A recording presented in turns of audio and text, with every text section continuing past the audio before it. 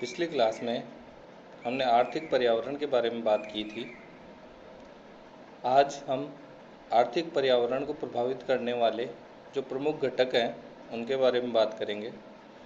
इन घटकों को मुख्य रूप से हम दो भागों में बांट सकते हैं। पहला आर्थिक घटक और दूसरा गैर आर्थिक घटक, इकोनॉमिक फैक्टर और नॉन इकोनॉमिक फैक्टर। आर्थिक घटक जो अर्थव्यवस्था को प्रभावित करते हैं, आर्थिक पर्यावरण को प्रभावित करते हैं, वह आर्थिक घटक कौन कौन से हैं? उनमें प्राकृतिक संसाधन, मानव संसाधन, पूंजी निर्माण, आर्थिक नीतियाँ, आर्थिक प्रणाली, आर्थिक दशाएं, प्रौद्योगिकी एवं नव प्रवर्तन, पूंजी या ऋण, बाजार का आकार, व्यावसायिक वितरण, उद्यमशीलता, आधारभूत सुविधाएं, राष्ट्रीय आय और इसका वितरण, कुशल संगठन, मुद्रा बाजार व पूंजी बाजार। दूसरा गैर आर्थिक घटक जो आर्थिक नहीं है, जैसे सामाजिक और सांस्कृतिक घटक, राजनीतिक दशाएं, धार्मिक व नैतिक तत्व, अंतर्राष्ट्रीय परिस्थितियां और कानून और व्यवस्थाएं। अब इनके बारे में आगे की स्लाइड्स में हम विस्तार से चर्चा करेंगे। आर्थिक घटक, इसमें प्राकृतिक घटक जो हमें प्रकृति द्वारा मिलते हैं, जो हमारे आसपास की भूमि है, जल, खनिज, जलवायु, मिट्टी, भौगोलिक स्थिति, वन संपदा, पशु संपदा, ये सभी चीज़ें प्राकृतिक संसाधन में आती है। सबसे बड़ी बात, ये निःशुल्क उपहार है प्रकृति का, जो हमें प्रकृति ने प्रदान किया है। प्रोफेसर रिचर्ड टी गिल ने कहा है कि वास्तव में प्राकृतिक संसाधनों का किसी भी देश की आर्थिक विकास को सीमित करने अथवा प्रोत्साहित करने में एक निर्णायक स्थान होता है। किसी भी देश के लिए प्राकृतिक संसाधन बहुत बड़े सोर्स होते हैं इनकम के, अपनी आर्थिक स्थिति को समृद्ध बनाने के। तो वो संसाधन किसी भी देश को प्रोत्साहित करने के लिए बहुत जरूरी तत्व हैं। प्रोफेसर लुईस के अनुसार प्राकृतिक संसाधन देश के विकास का निर्धारण करते हैं, लेकिन विकास के निर्धारण की पूर्णतया जो चुनौती है वो वहाँ के लोगों को या वहाँ के जो मानव हैं उनको स्वीकार करनी है। कई बार संसाधन तो उपलब्ध बहुत सारे होते हैं, जैसे हमारे ही देश की स्थिति है, हमारे पास प्राकृतिक संसाधनों की उपलब्धता बहुत अधिक है, लेकिन उनका दोहन उचित तरीके से, जिससे हमें या देश को अधिक से अधिक फायदा हो, वो नहीं कर पा रहे हैं हम। इसलिए ये मानव संसाधन पर निर्भर करता है कि वो प्राकृतिक संसाधन का किस प्रकार उपयोग करता है। अब बात करते हैं मानव संसाधन। मानव संसाधन के लिए प्रोफेसर विपुल कहते हैं, किसी देश की वास्तविक संपत्ति उस देश के स्वस्थ, संपन्न व सुखी पुरुषों, स्त्रियों और बच्चों में निहित है। मानव संसाधन मानव से संबंधित है और सीधी सी बात है, अगर आपका मानव संसाधन स्वस्थ होगा तो आप देश के विकास में अपना प्रत्यक्ष रूप से योगदान कर सकते हो। कई बार ये मानव संसाधन जिम्मेदारी भी हो सकती है देश के लिए, और यह देश के लिए एक अच्छा उत्पादन का साधन भी हो सकता है। पूंजी निर्माण की दर जितनी अधिक होगी, आर्थिक विकास की दर उतनी ही ज़्यादा होगी। प्रोफेसर कुजनेट्स कहते हैं, पूंजी एवं पूंजी का संचय आर्थिक विकास के लिए एक अनिवार्य आवश्यकता है। इसके बारे में जो कुजनेट्स जो ने कहा है कि पूंजी का जो संचय है, पूंजी आपको पता है व्यापार के लिए, व्यवसाय के लिए पूंजी सबसे आवश्यक और अनिवार्य अंग है, और इसका होना और ये अनिवार्य अंग, आप कई सोर्स से पूंजी कलेक्ट कर सकते हो, लेकिन अगर आपके पास संचित पूंजी है, आपके पास व्यवसाय के लिए संचित सोर्स हैं जिनसे आप व्यवसाय कर सकते हैं, तो वो सबसे अच्छा जो देश की अर्थव्यवस्था के लिए या आर्थिक वातावरण के लिए सबसे अच्छा माना जाता है। प्रोफेसर नरकस के अनुसार पूंजी निर्माण आर्थिक विकास की एक पूर्व आवश्यकता है। आर्थिक विकास के लिए पूंजी निर्माण पहले जरूरी है, आर्थिक विकास बाद। आर्थिक नीतियाँ, नीतियों के माध्यम से सरकार जो है आर्थिक विकास को गति और दिशा प्रदान करती है। सरकार नीतियाँ बनाती है किसी भी देश के आर्थिक विकास को संचालित करने के लिए, आर्थिक गतिविधियों को संचालित करने के लिए, और वो नीतियाँ किसी भी सरकार के लिए या किसी भी देश के लिए विकास का एक मुख्य पायदान होती है। मौद्रिक नीति किसी भी देश की आर्थिक पर्यावरण के निर्माण में महत्वपूर्ण भूमिका अदा करती है। मौद्रिक नीति का निर्धारण देश का केंद्रीय बैंक जो कि आरबीआई है वो करता है। आरबीआई समय समय पर मौद्रिक नीति में परिवर्तन करता है, ज़रूरत के हिसाब से उसमें परिवर्तन किए जाते हैं ताकि आर्थिक विकास को गति प्रदान की जा सके। मुद्रा संकुचन, मुद्रास्फीति के माध्यम से सरकार आर्थिक नीतियों को नियंत्रण करती है और ये आरबीआई द्वारा नियंत्रित की जाती है। प्रशुल्क या राजकोषीय नीतियों के माध्यम से सरकार आय व्यय, ऋण, करारोपण आदि का निर्धारण करती है। सरकार राजकोषीय नीतियों के माध्यम से आर्थिक पर्यावरण को प्रभावित करती है। औद्योगिक नीति के द्वारा सरकार औद्योगिक विकास की प्रकृति और दिशा को नियंत्रित करती है। ये अलग अलग नीतियाँ बनाई जाती हैं सरकार के लिए। राजकोषीय नीति अलग बनाई जाती है, मौद्रिक नीति अलग बनाई जाती है, टैक्स के लिए नीतियाँ अलग होती है, औद्योगिक नीति अलग होती है, कृषि निर्माण के लिए अलग नीतियाँ होती हैं जो कृषि से संबंधित होती हैं, जनसंख्या से संबंधित, जनसंख्या को नियंत्रित करना, जनसंख्या को जो हमने कहा कि मानव संसाधन है हमारा, उसको स्वस्थ रखने के लिए सरकार अनेक नीतियाँ बनाती है। जनसंख्या को कंट्रोल करने के लिए नीतियाँ बनाती है, वो जनसंख्या नीति के अंतर्गत आती है। जनसंख्या नीति के माध्यम से संख्यात्मक प्रतिबंध लगाना भी सरकार के अंतर्गत आता है और गुणात्मक विकास करना। भैया आपने जनसंख्या को कंट्रोल करना भी जरूरी है और जो जनसंख्या आपके पास है या देश की जनसंख्या है वो स्वस्थ हो और काम योग्य हो, ये देखना भी सरकार जनसंख्या नीति के अंतर्गत सुनिश्चित करती है। रोजगार नीति के माध्यम से कोई भी राष्ट्र अपनी बेरोजगारी की समस्या का समाधान करना चाहता है। भाई बेरोजगारी सबसे बड़ी समस्या है और इसका नियंत्रण के लिए सरकार अनेक प्रकार की रोजगार संबंधी नीतियां बना के करती है।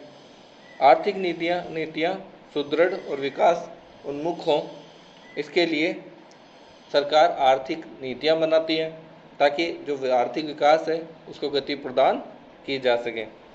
कभी कभी दोषपूर्ण नीतियां होती हैं, सरकारों द्वारा दोषपूर्ण नीतियां बना दी जाती हैं या सरकार की नीतियों में कुछ कमी होती है जिसके कारण आर्थिक पर्यावरण बिल्कुल दूषित हो जाता है, या इसे हम ये कहें कि हमारे अर्थव्यवस्था को नकारात्मक प्रभाव झेलना पड़ता है।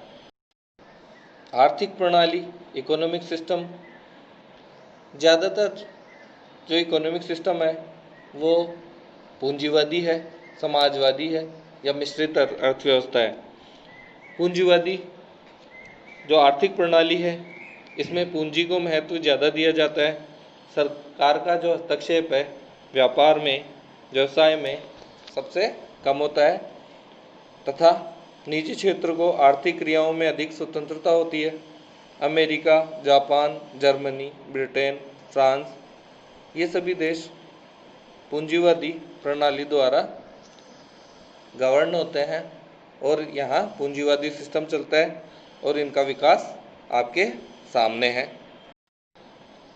समाजवादी जो व्यवस्था है उसमें उत्पादन, वितरण, विनिमय आदि पर सरकार का नियंत्रण होता है। सभी को विकास का समान अवसर देना इसका उद्देश्य है और इस प्रणाली का मुख्य रूप से रूस, चीन, भारत आदि राष्ट्रों ने अपना विकास किया है। इस प्रणाली में क्या होता है, समाजवादी जो व्यवस्था है इसमें सरकार के नियंत्रण में ज़्यादा आर्थिक गतिविधियां होती हैं, सरकार उनको कंट्रोल करती है। क्यों? क्योंकि जनसंख्या अधिक होने के कारण सभी लोगों को इसका फ़ायदा मिल सके सरकार की नीतियों का, इसलिए सरकार को नियंत्रण रखना जरूरी है। साम्यवादी प्रणाली सोवियत रूस के विखंडन के पश्चात समाप्त हो गई वर्तमान में केवल चीन और क्यूबा में इस प्रणाली को अपनाया गया है। साम्यवादी जो प्रणाली है वो रूस में उपलब्ध थी और इसके द्वारा भी सभी लोगों के विकास के हिसाब से काम किया। मिश्रित अर्थव्यवस्था, ये पूंजीवाद और समाजवाद जो व्यवस्था है उनका मिश्रण होता है और इस प्रणाली के बारे में आप भारत के जो एग्जाम्पल है इस प्रणाली का सबसे सटीक एग्जाम्पल है। भारत ने दोनों नीतियां अपनाई। शुरुआती दौर में जब भारत आज़ाद हुआ तो भारत सरकार ने देखा कि पूंजीवादी अर्थव्यवस्था से देश के गरीब से गरीब आदमी को फ़ायदा नहीं पहुंच सकता और ना ही समाजवादी व्यवस्था से हम तीव्र गति से विकास कर सकते हैं। अतः तात्कालिक सरकार ने विचार किया कि हमें समाजवादी और पूंजीवादी व्यवस्था का मिक्स, जिसे मिश्रित अर्थव्यवस्था कहा जाता है, कि कुछ क्षेत्र सरकार द्वारा निर्धारित किए जाएंगे कि सरकार उनमें उत्पादन करेगा, कुछ क्षेत्र प्राइवेट सेक्टर के लिए, निजी सेक्टर के लिए खोले जाएंगे।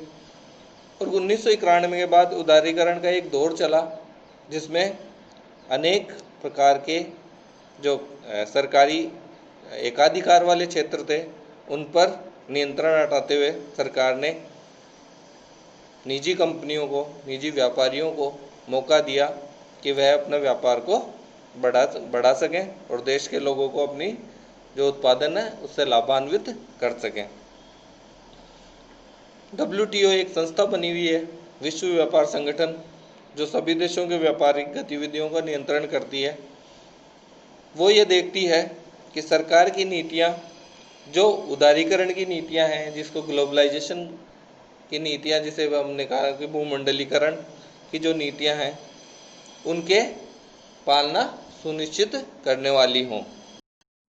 आर्थिक दशाएं, इकोनॉमिक कंडीशन, किसी भी देश की आर्थिक दशा जैसे राष्ट्रीय या प्रति व्यक्ति आय, रोजगार, लोगों को रोजगार कितना मिला हुआ है, आधारभूत सुविधाएं जो देश में उपलब्ध हैं, देश के निवासियों का जीवन स्तर क्या है, पूंजी निर्माण की दर क्या है, व्यापार संतुलन, भुगतान संतुलन की स्थिति, विदेशी ऋण भार, विदेशी मुद्रा भंडार, विनिमय दर, ये सभी जो फैक्टर हैं वो आर्थिक नीति को प्रत्यक्ष रूप से प्रभावित करते हैं। यदि ये मापदंड अनुकूल हैं तो उस देश में आर्थिक पर्यावरण भी विकास के अनुकूल होगा। इसके विपरीत यदि ये मापदंड प्रतिकूल हैं तो आर्थिक पर्यावरण का विकास प्रतिकूल होगा। अगर राष्ट्रीय आय या प्रति व्यक्ति आय, लोगों का जीवन स्तर, इनमें कमी बढ़ोतरी होती है। आप देखते भी हैं कि एक अच्छे इलाके में जहाँ समृद्ध लोग रहते हैं वहाँ व्यापार की संभावना अधिक है बनिस्बत कच्ची बस्ती के, जहाँ लोगों के पास मूलभूत सुविधाएं भी उपलब्ध नहीं है, तो वहाँ व्यापार की संभावना कम है। तो लोगों का जीवन स्तर प्रभावित करता है। ऐसे बहुत सारे फैक्टर हैं जिनके बारे में हम आगे चर्चा करेंगे जो आर्थिक विकास को या आर्थिक गतिविधियों को प्रभावित करते हैं। अब बात करें नव प्रवर्तन, जिसे कहते हैं इनोवेशन या टेक्नोलॉजी, प्रौद्योगिकी। टेक्नोलॉजी किसी भी देश के विकास में महत्वपूर्ण योगदान अदा करती है। आपने जो भी वर्तमान में समृद्ध देश जो आपके आसपास नज़र आते हैं, आपको पूरे विश्व में जो आपको समृद्ध देश नज़र आते हैं, आप उनकी टेक्नोलॉजी पर एक बार नज़र डालें तो आप समझ जाएंगे कि वो टेक्नोलॉजी है जिसके कारण वो आज विश्व में अपना एक मुकाम बनाए हुए हैं।